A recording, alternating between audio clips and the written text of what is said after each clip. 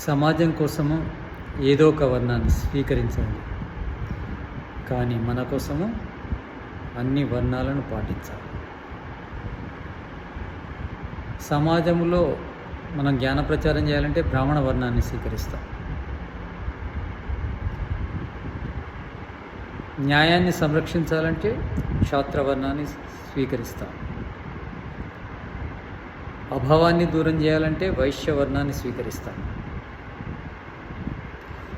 సేవలు అందించాలంటే శూద్రవర్ణాన్ని స్వీకరిస్తాం. ఇది సమాజం కోసం. కానీ మన కోసం అన్ని వర్ణాలను స్వీకరించవలసి ఉంటుంది.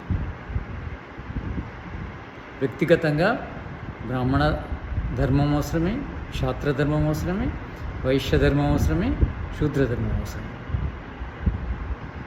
మనము మన కోసము జ్ఞానాన్ని సంపాదించుకోవాలి, న్యాయంగా ఉండాలి, పేదరికాన్ని దూరం చేసుకోవాలి, మనం ఆధీనంలో జీవించాలి. ఆధీనంలో జీవించడం శూద్రవర్ణం అవుతుంది. డబ్బులు సంపాదించుకోవడం వైశ్యవర్ణం అవుతుంది. న్యాయాన్ని సంరక్షించడం, మనం న్యాయంగా ఉండడం క్షత్రియవర్ణం అవుతుంది. మనము జ్ఞానాన్ని పొంది అవిద్యను దూరం చేసుకోవడం బ్రాహ్మణ వర్ణం అవుతుంది. వ్యక్తి ఏ వర్ణస్థుడైనా తన కోసం అన్ని వర్ణాలను పాటించవలసి ఉంటుంది.